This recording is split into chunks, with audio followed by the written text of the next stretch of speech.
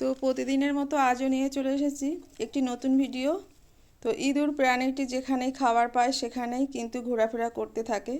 আমাদের বাড়িতে দেখা যায় এখানে ওখানে অনেক খাবার ছড়িয়ে ছিটিয়ে পড়ে থাকতে, আমাদের ভুলের কারণে। এই জন্য একবার যদি একটি ইঁদুর আসে তাহলে এদের সংখ্যা বাড়তেই থাকে। এরা আমাদের বাড়িতে ঢুকে আমাদের কিন্তু অনেক ক্ষতি করে দেয়, যেমন বই খাতা কেটে দেয়, জামা কাপড় কেটে দেয়, এমনকি এরা আমাদের অনেক দরকারি কাগজপত্রও কেটে নষ্ট করে আমাদের অতিষ্ঠ করে তোলে। আর আমরা চাইলেও এদের মারতে পারি না, কারণ আমরা যদি ওষুধ বা কেমিক্যাল ব্যবহার করে থাকি তাহলে এরা ঘরের এখানে ওখানে মরে পড়ে থাকে। এতে আমাদের অনেক অসুবিধা হয়, কারণ কোথায় ইঁদুর মরেছে অনেক সময় আমরা খুঁজেও পাই না। এই জন্য আজ আমরা এমন কিছু ঘরোয়া টোটকা তৈরি করব যাতে ইঁদুর খেলেই ঘরে না থাকতে পারে, ছুটে পালিয়ে যায়। তাহলে কি হবে, আমাদের অনেক সুবিধা হবে। তো বন্ধুরা, এখানে আমি এক টুকরো আদা নিয়েছি, একটা ছোট্ট টুকরো। এই আদাটা আমি গ্রেট করে নেব। আজকে যে তাড়ানোর আমি যে টোটকাটা বানাচ্ছি তার মধ্যে প্রথম উপকরণটা হলো এই আদা। আদাতে কিন্তু প্রচুর পরিমাণে ঝাঁঝ আছে, আর এটা যখন ইঁদুরের পেটে যাবে তখন পেট ব্যথা শুরু করে দেবে।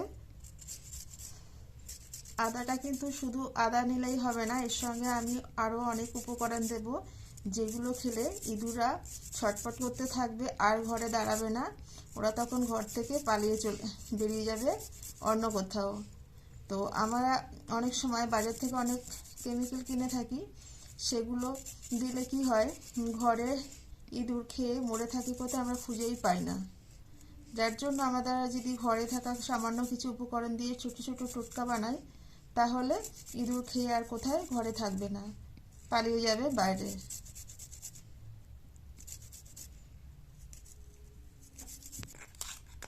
তো আদাটা যেহেতু আমি গ্রেট করে নিয়েছি, এখানে নিয়েছি আমি বেকিং সোডা হাফ চামচ। বেকিং সোডা এটা কিন্তু যে কোনো প্রাণীদের পেটে প্রচণ্ড ক্ষতিকারক। এটা কিন্তু বেশি পরিমাণে পেটে পড়লে পেটে কিন্তু প্রচণ্ড ব্যথা হতে শুরু করে। আর দিয়ে দিচ্ছি অল্প একটু বেকিং পাউডার, আর দিয়ে দিচ্ছি 1 চামচ ডিটারজেন্ট পাউডার। এটাতে বুঝতে পারছেন এটা পেটে গেলে পেটের অবস্থাটা কেমন হবে। আর দিয়ে দিচ্ছি একটু গুঁড়ো লঙ্কা। এবার একদম অল্প একটু জল দিয়ে এটা আমি মেখে নেব। আমি যেটা নিয়ে নিচ্ছি, এটা নিয়ে নিচ্ছি আটা। এই আটাটা আমি একটা ছোট্ট ডো বানিয়ে নেব। আর এখানে নিয়ে নিয়েছি আমি নারকেল তেল। এই তেলটা কিন্তু কি খুব গন্ধ, আর এই গন্ধর কারণে যে যখন আমি ডোর ভিতরে যে আমি টোটকাটা বানালাম যেটা দেব, তো যেহেতু ডোটা বাইরে থাকবে তো গন্ধে অনেক সময় ইঁদুর চলে আসবে খাবার জন্য, খাবার খুঁজতে। তো আমি এরকম একটা ডো বানিয়ে নিয়েছি। আমি এবার ছোট ছোট করে গোল গোল করে বল করে নেব। তো এই বলগুলো আমি একটু হাত দিয়ে চেপে লুচি বেলার মতো করে একটু লম্বা করে নিচ্ছি, যেহেতু পুরটা ঢুকাতে হবে এর ভিতরে।